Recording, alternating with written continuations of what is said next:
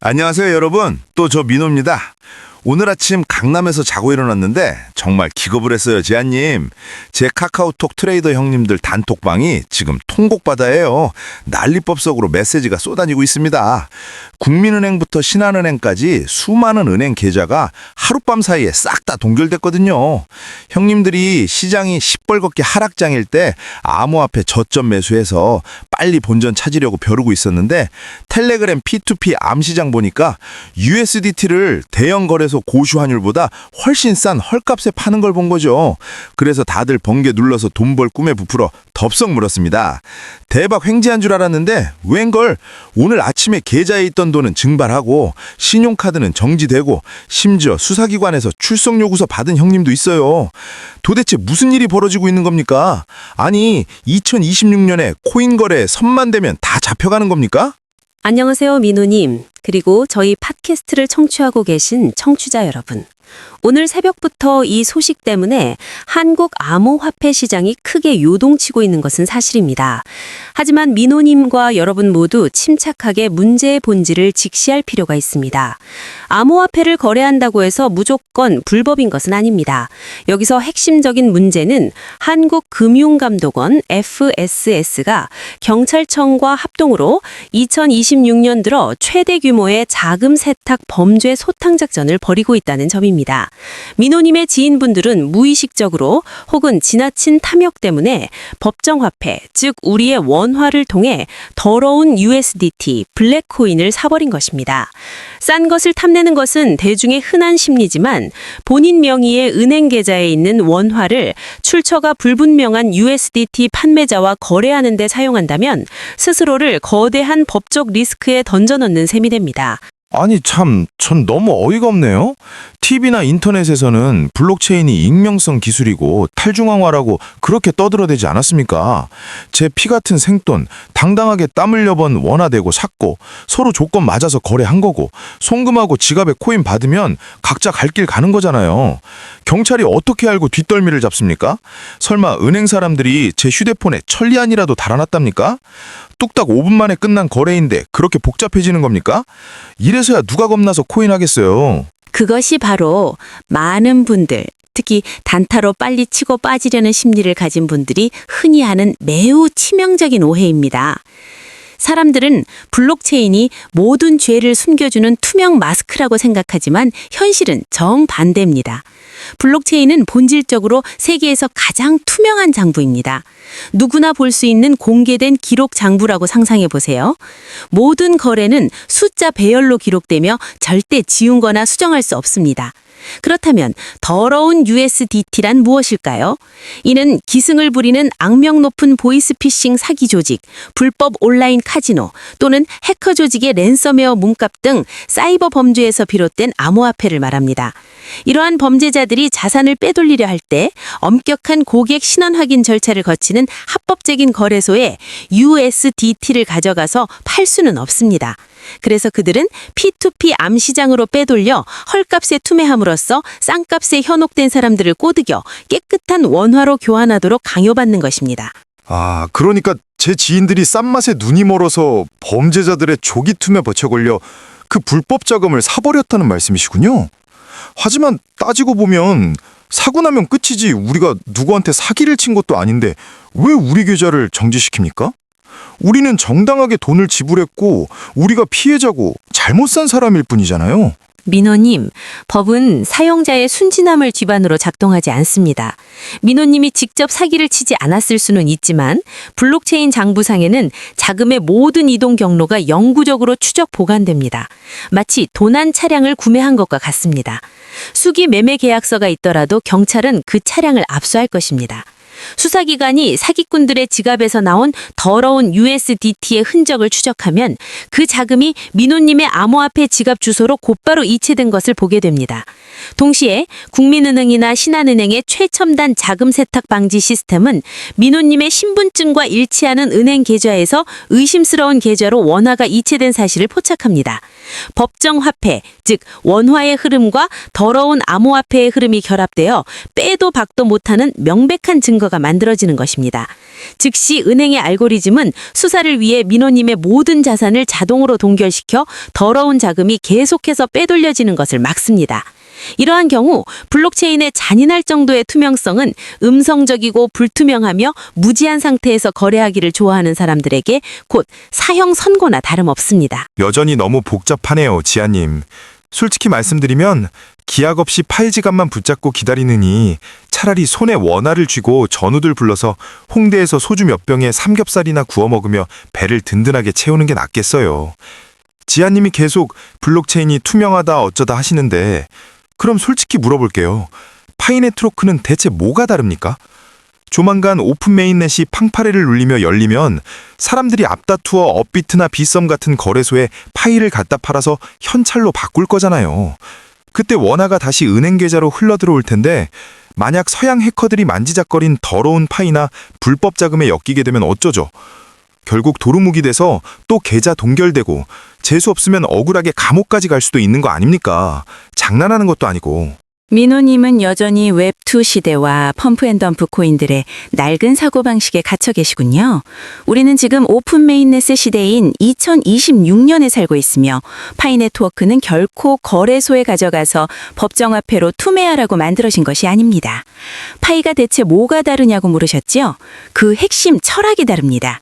시장에 있는 대부분의 암호화폐 프로젝트는 생존을 위해 법정화폐 결제 게이트웨이에 의존합니다. 코인을 원화나 달러로 바꿔야만 사용 가치가 생기죠. 하지만 파이는 완전히 다른 길을 개척하고 있습니다. 파이는 파이 자체가 상품을 직접 교환하는 매개 통화 역할을 하는 진정한 웹3 생태계입니다. 민호님은 고기를 먹기 위해 파이를 빗썸에 가져가서 원화로 팔 필요가 없습니다. 지갑에 있는 파이코인을 이용해 홍대 고깃집 사장님에게 직접 QR코드를 스캔하여 결제하면 됩니다. 법정화폐로 환전하는 단계를 없애면 은행의 자금 흐름 감시를 받는 법적 리스크를 끊어낼 수 있고 거래소의 붕괴나 금지 조치로 인한 리스크도 완전히 소멸시킬 수 있습니다. 듣기에는 좋네요. 그림의 떡은 언제나 보기 좋은 법이니까요. 하지만 잠깐만요. 제가 인터넷에서 어떤 녀석한테 제 낡은 삼성 휴대폰을 파이 받고 판다고 칩시다. 그 녀석이 저한테 보낸 파이가 사기꾼 범죄 자금이 아니라는 걸 어떻게 알죠? 방금 블록체인이 투명하다고 하셨잖아요. 만약 제가 가지고 있는 파이가 해커 조직의 것이라고 경찰이 추적해내면 저만 죽어나는 거 아닙니까? 솔직히 저는 가짜 계정과 범죄자들로 우글거리는 구렁텅이에 호구 잡혀서 끌려 들어갈까봐 너무 무섭습니다. 말이 나온 김에 영상을 보고 계신 파이오니어 형님들 중에서 사기당할까봐 전전긍긍하시거나 오픈 메인넷만 열리면 파이 팔아서 원화로 술 마시러 갈 생각만 하시는 분들은 댓글로 1번 좀 눌러봐 주세요. 반대로 여전히 굳건하게 파이 들고 마트 가서 물건 사겠다는 분, 법정화폐 따위 신경 안 쓴다는 분들은 2번을 눌러주세요. 좋아요랑 채널 구독 누르는 거 잊지 마시고요. 그래야 매주 제가 이 전문가님을 추궁하는 걸 들으실 수 있습니다. 오픈 메인넷까지 갈 길이 멉니다.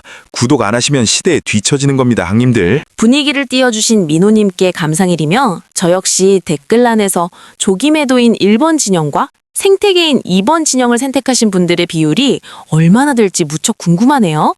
하지만 호구 잡힐까봐 두려워하는 마음과 가짜 계정에 대한 민호님의 아주 날카로운 질문에 답하기 위해 저는 우리 커뮤니티가 지난 몇 년간 입이 닳도록 이야기해온 용어를 다시 한번 상기시켜드려야겠습니다. 바로 KYC입니다. 익명성을 이용해 자금을 세탁하는 범죄자들이 두려우신가요? 수백만 개의 봇 계정이 자동으로 파일을 채굴할까봐 두려우신가요? 그것은 클릭 한 번으로 한 사람이 수천 개의 지갑 주소를 생성할 수 있는 다른 프로젝트들의 이야기입니다.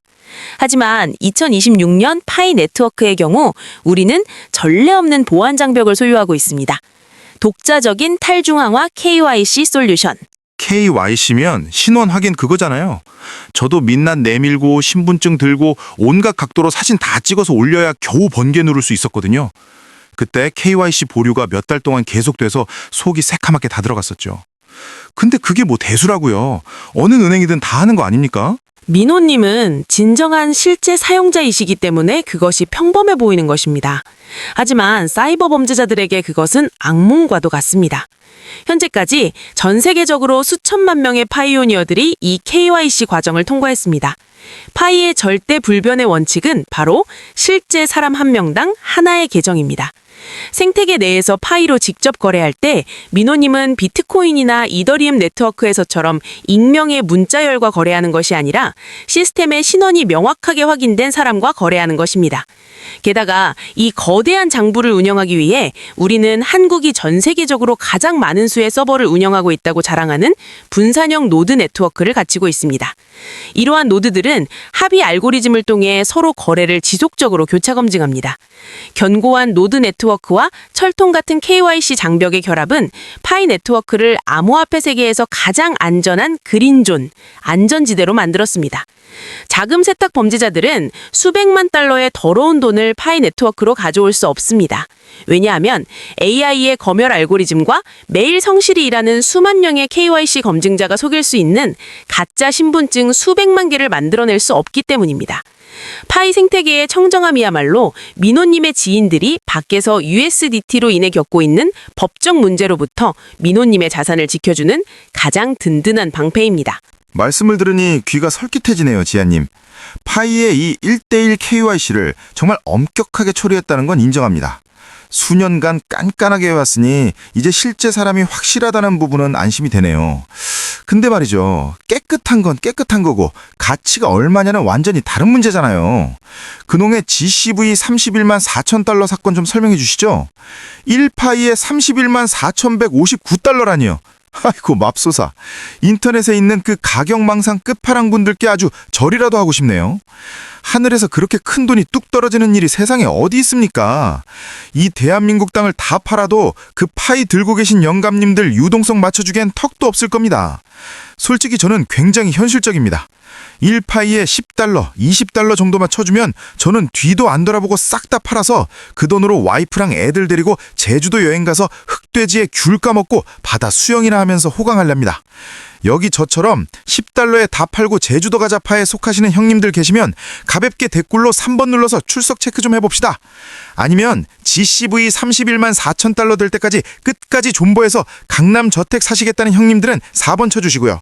우리 커뮤니티의 담력이 어느 정도인지 볼 겸 재미삼아 댓글 좀 달아주십시오. 민호님과 청취자 여러분의 열정이 정말 대단하시네요.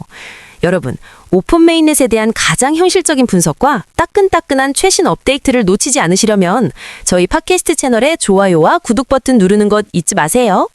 방금 민호님이 언급하신 GCV 31만 4,159달러라는 글로벌 합의 가격 이야기로 돌아가 보자면 왜 민호님이 그것을 가격망상이라 부르며 터무니없게 느끼시는지 충분히 이해합니다. 전통적인 금융의 관점에서 볼 때 현재로서는 그 수치가 과대망상적인 꿈인 것은 맞습니다. 하지만 비판하기보다는 그 GCV 운동 이면에 숨겨진 메시지를 들여다봅시다. 사실 화폐의 가치는 소셜 네트워크에서 사람들이 숫자를 외친다고 결정되는 것이 아닙니다. 2026년 현재 파이 네트워크의 진정한 가치는 희소성과 실제 유통되는 상품의 양이라는 두 가지 핵심 요소로 구성됩니다. 희소성이요? 스마트폰으로 몇 년 동안 공짜로 캐고 수억 명이 캐는데 대체 뭐가 희소하다는 겁니까? 제가 보기엔 파이가 발에 치게 널려 있는데요. 파일 락업 메커니즘을 잊으셨나요? 현재 온체인 데이터에 따르면 글로벌 파이오니어 커뮤니티의 평균 락업 비율은 80% 이상에 달하며 가장 일반적인 락업 기간은 3년입니다. 채굴 속도를 보장하고 네트워크를 보호하기 위해 수십억 개의 파이코인이 스마트 컨트랙트에 단단히 묶여 있습니다. 실제로 락업이 해제되어 사용자의 메인넷 지갑에서 자유롭게 유통될 수 있는 파이의 양은 총 공급량에 비해 지극히 미미합니다. 이 자발적인 락업 정책은 매우 극적인 공급 쇼크를 만들어냈습니다. 기본 채굴 속도가 거의 0에 가깝게 떨어진 것과 맞물려 현재 파이는 민호님이 상상하시는 것보다 훨씬 더 희소합니다. 게다가 파이의 가치는 거래소에 있는 고래들의 펌프앤덤프 자금 흐름이 아니라 생태계가 제공하는 실제 상품과 서비스에 고정되어 있습니다. 아, 거래소 얘기가 나오니까 생각났네요. 알겠습니다. 희소하고 가치 있다는 거. 그럼 요점만 말해서 언제 공식적으로 거래소 상장 공지가 나오는 겁니까? 바이낸스나 코인베이스 아니면 적어도 우리 한국의 업디트 정도는요. 솔직히 말씀드리면 저희 같은 채굴자들의 99%는 팡파르가 울리며 파이가 바이낸스에 상장되는 그날만 기다리다가 앞다투어 매도 버튼을 누르고 익절할 생각뿐입니다. 그래도 역시 거래소가 찐 사랑이죠, 지아님. 거래소에 상장되지 않으면 어떻게 성공했다고 할 수 있겠습니까? 이건 역시 2026년 현재 민호님이 당장 깨부수어야 할 웹2 시대에 뿌리 내린 낡은 사고방식입니다.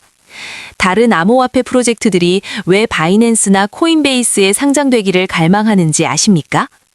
그들의 코인 자체는 투기 외에는 아무런 실질적인 쓰임새가 없기 때문입니다. 그들에게 거래소는 유동성을 창출할 수 있는 유일한 장소입니다. 하지만 현재 오픈 메인넷 단계의 파이 네트워크에서 중앙화 거래소 CEX는 더 이상 생사 여탈권을 쥔 왕이 아니며 절대 프로젝트의 최종 목적지가 될 수 없습니다. 지금 우리의 시대는 DX, 즉 파이 브라우저 생태계 내부에 존재하는 탈중앙화 애플리케이션의 시대입니다. D앱은 저도 모임에서 하도 떠들어대서 귀에 딱지가 않도록 들었습니다. 근데 구체적으로 제 일상생활에 어떤 도움이 되는 건데요? 거래소에 상장 안 하면 파일을 어떻게 써야 편리합니까? D앱은 민호님이 중개거래소에 자산을 넘기는 위험을 감수할 필요 없이 모든 것을 해결해줍니다. 지금 한국의 현실을 직시해보세요. 파일을 거래소에 올려 원화로 팔면서 엄청난 거래 수수료를 떼이고 오늘 아침에 블랙 USDT 사태처럼 은행 계좌가 동결될까봐 전전긍긍하는 대신 이제는 파이 브라우저만 열면 됩니다. 최신형 삼성 TV를 사고 싶으신가요? 용산 전자상가의 총판 물류창고와 직결된 이커머스 D앱이 준비되어 있어서 스마트 컨트랙트를 통해 파이로 결제하면 물건이 집 앞까지 배달됩니다. 독감에 걸려 병원에 가야 하나요? 강남이나 서초구의 수많은 개인 병원들이 파이를 이용한 의료결제 D앱을 통합했습니다. QR코드가 생성되고 어떤 중개은행의 승인 절차도 없이 블록체인 플랫폼 위에서 3~5초 만에 거래가 완료됩니다. 그것이 바로 폐쇄형 생태계의 진정한 위력입니다.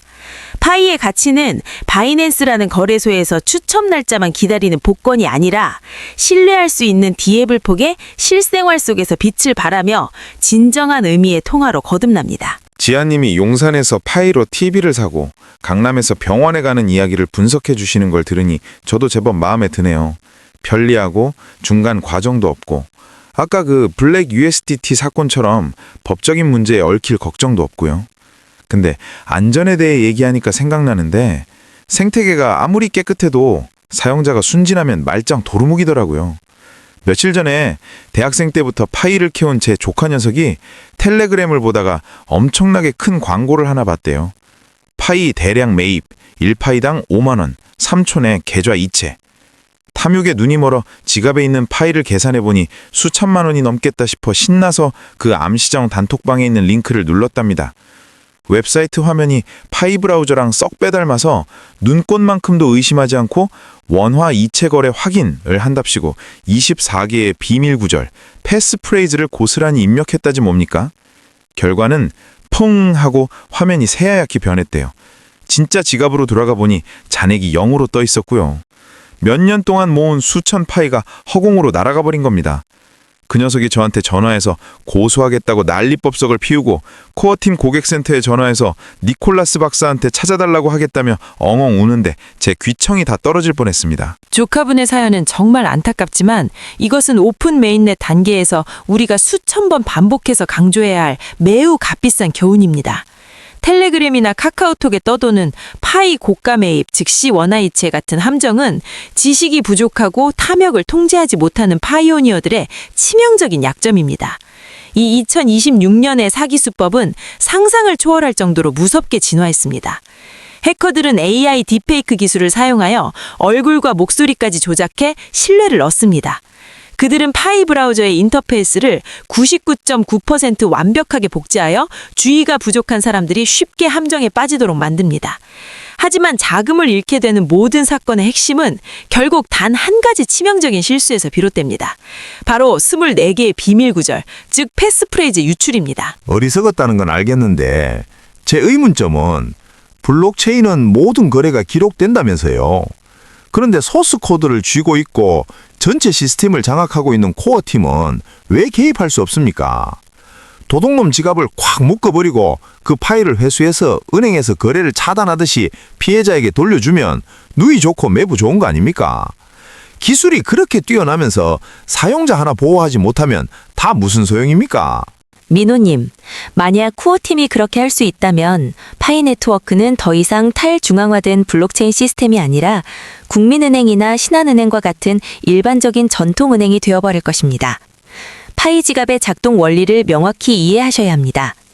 그것은 비수탁형, 넌 커스토디얼 지갑, 즉 수탁기관이 없는 지갑입니다.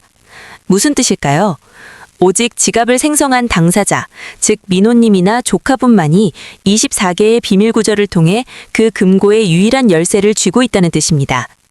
코어팀도 네트워크 서버도 그 어떤 개발자도 이 24개 단어의 복사본을 절대 보관하지 않습니다. 조카분이 가짜 웹사이트에 직접 24개 단어의 비밀번호를 입력했을 때 그는 스스로 도둑에게 자신의 인생 금고 열쇠를 건네준 셈입니다. 그리고 블록체인의 불변성 때문에 일단 장부의 거래가 기록되고 나면 세상의 그 어떤 세력도 이를 되돌릴 수 없습니다. 코어팀은 누구의 지갑에도 개입할 수 있는 생사 여탈권을 가지고 있지 않습니다. 만약 그들이 그렇게 할 수 있다면 네트워크의 탈중앙화와 신뢰는 완전히 무너질 것이기 때문입니다. 그러니 이 웹3 공간에서 나 자신 외에 누군가가 나를 구원해 줄 것이라고는 절대 기대하지 마십시오. 열쇠를 잃어버리는 것은 곧 모든 것을 잃는다는 뜻입니다. 정말 뼈 때리는 말씀이시네요. 잃으면 완전히 빈털터리가 되고 어디 하소연할 데도 없으니 생각할수록 억울하고 분하네요. 자신이 탐욕스러웠고 지식이 부족했던 탓이라는 건 알지만요. 그래도 한번 생각해 보세요. 어떻게 욕심이 안 생기고 어떻게 초조하지 않을 수 있겠습니까? 솔직히 저는 2019년부터 파이를 캤습니다. 7년이라는 긴 세월 동안 청춘은 흘러갔고 매일 알람 맞춰놓고 시간 맞춰 들어가서 단 한 번도 빼먹지 않고 번개를 눌렀다고요. 아내가 제가 묵묵히 휴대폰만 붙잡고 있는 걸 보고 얼마나 바가지를 긁었는지 모릅니다. 저더러 집안일은 뒷전이고 하루 종일 할 일 없이 한가하게 인터넷에서 그림의 떡이나 끌어안고 있는 시간 부자라고 쏘아붙였다고요. 회사 동료들은 비웃으며 네가 파이로 슈퍼카서면 널 아버지로 모시겠다고 비아냥거렸습니다. 가족들의 압박, 사회적 압박이 어깨를 얼마나 짓눌렀는데요. 그러니 비싸게 산다고 꼬드기는 사람이 나타나면 목돈 원화 벌어와서 와이프 눈 휘둥그레지게 식탁에 떡 하니 던져주고 싶은 마음에 누군들 눈이 뒤집혀서 서둘러 팔지 않겠습니까? 민호님을 비롯하여 수백만 명의 진정한 파이오니어 분들이 지난 수년간 견뎌오신 압박감에 저 또한 깊이 공감하고 전적으로 이해합니다. 시간 부자라 불리고 당장 눈앞에 법정 앞에 가치를 가져다 주지 않는 프로젝트를 좇는다는 이유로 조롱받으면서도 묵묵히 걸어온 길은 굳건한 인내와 철석 같은 믿음을 요구하는 여정이었습니다. 하지만 2019년부터 지금까지 크립토 시장의 전체적인 흐름을 다시 한번 되돌아보십시오. 3개월, 6개월 만에 떠들썩하게 상장한다고 외치던 프로젝트들, 100배, 1000배의 수익을 약속하며 자칭 비트코인 킬러라 불리던 코인들, 지금은 다 어디 있습니까? 절반은 민을 닫거나 파산했고 먹튀, 러그풀 사기로 투자자들은 전 재산을 날렸으며 심지어 루나나 FTX 같은 수십억 달러 규모 제국의 창립자들조차 옥살이를 하고 있습니다. 반면 파이 네트워크는 훨씬 더 험난한 가시밭길을 택했습니다. 7년은 결코 지체된 시간이 아닙니다. 그것은 수백만 대의 모바일 기기에서 에너지를 낭비하지 않고 원활하게 작동할 수 있는 합의 알고리즘인 SCP, 스텔라 합의 프로토콜을 구축하고 정교하게 다듬기 위해 반드시 필요한 시간이었습니다. 인류 역사상 최대 규모의 탈중앙화 KYC 시스템을 구축하는 데 7년, 사용 습관을 형성하고 실제 기업들을 DF 생태계에 연결하는 데 7년이 걸린 것입니다. 단기적인 탐욕을 충족시키기 위한 번갯불에 콩 구워 먹는 식의 크립토 카지노를 만드는 대신 지속 가능하고 진정한 글로벌 디지털 경제를 구축하기 위해 지불한 7년이라는 시간은 결코 비싸지 않은 값싼 대가입니다. 2026년에 민호님이 그 파이코인들을 들고 편리하고 합법적으로 쇼핑을 하실 때 그것이야말로 세상 사람들이 당신에게 씌웠던 그림의 떡이라는 편견을 완전히 씻어내는 가장 강력한 답변이 될 것입니다. 지아님의 말씀을 들으니 문득 마음이 한결 가벼워지네요. 알고 보니 시간 부자라는 호칭이 욕설이 아니라 칭찬이었군요. 7년간의 인내도 보람이 있네요. 공을 들이면 결국 이루어지는 법이죠.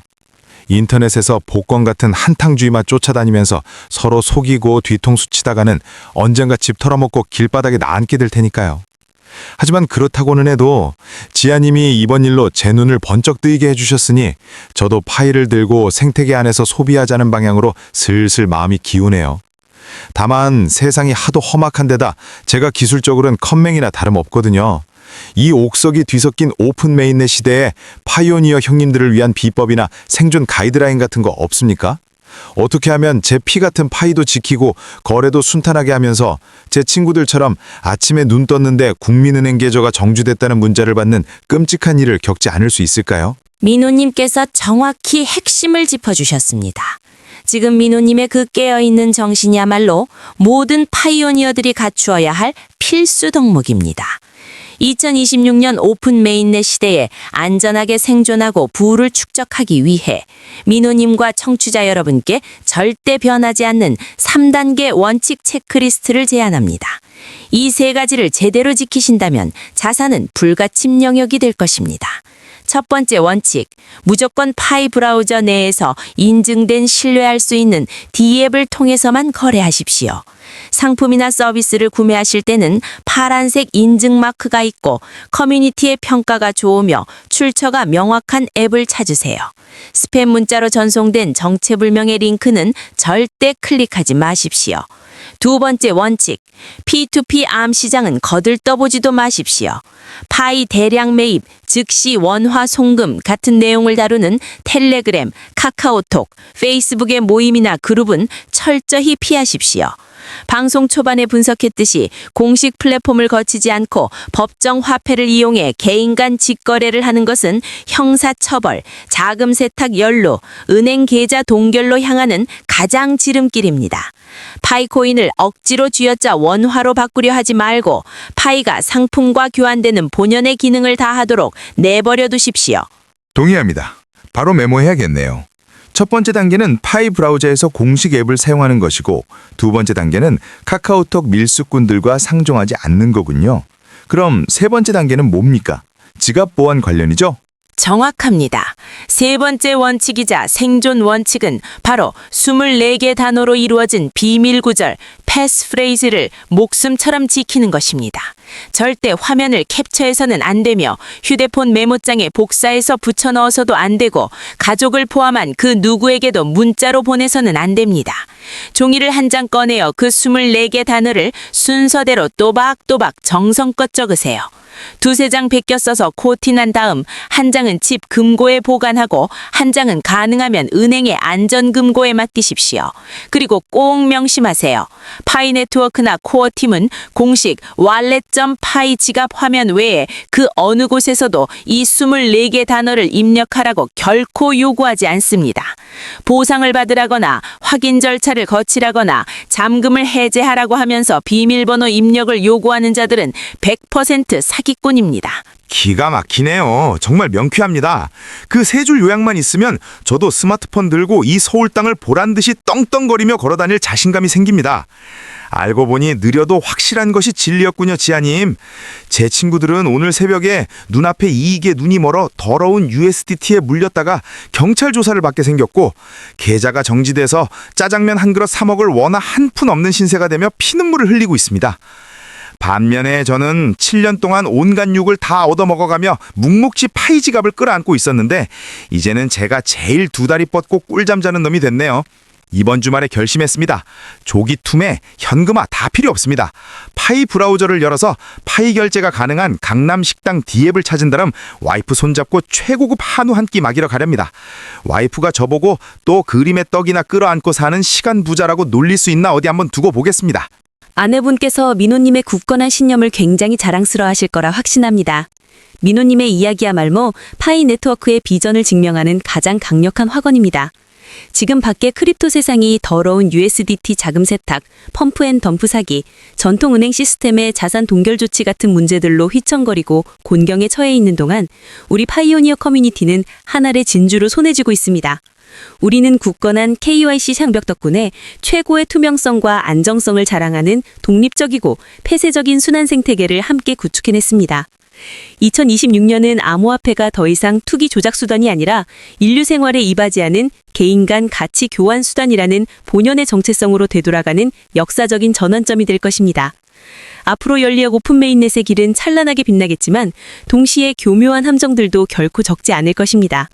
오늘의 대화를 통해 특히 한국은 물론 전 세계 모든 파이오니어 여러분들이 그 어느 때보다 더 굳건한 믿음을 가지고 노력의 결실을 철저히 보호하며 네트워크의 진정한 가치를 널리 전파해 나가기를 바랍니다. 정말 훌륭합니다. 우리 서민 채굴자 형님들을 대표해서 오늘 제 머릿속에 복잡한 실타래를 시원하게 풀어주신 지하 전문가님께 감사드립니다. 파이오니어 형님들, 오늘 팟캐스트 듣고 나서는 원화 좀 만져보겠다고 암시장을 기웃거리지 마시고 지갑 비밀번호나 잘 간수하십시오. 이 영상이 유익하셨다면 망설이지 마시고 좋아요 하나, 댓글 하나, 그리고 당장 채널 구독 버튼을 팍팍 눌러서 저희가 앞으로 더 고품질의 팟캐스트를 만들 수 있도록 응원해주세요. 파이 네트워크 팟캐스트 채널은 메인넷으로 향하는 모든 여정에서 항상 여러분과 함께할 것입니다. 지아님, 그리고 모든 형님들, 다음번 더 뜨거운 소식으로 다시 찾아뵙겠습니다. 감사합니다. 모두들 흔들리지 말고 굳건히 노를 저어 나갑시다.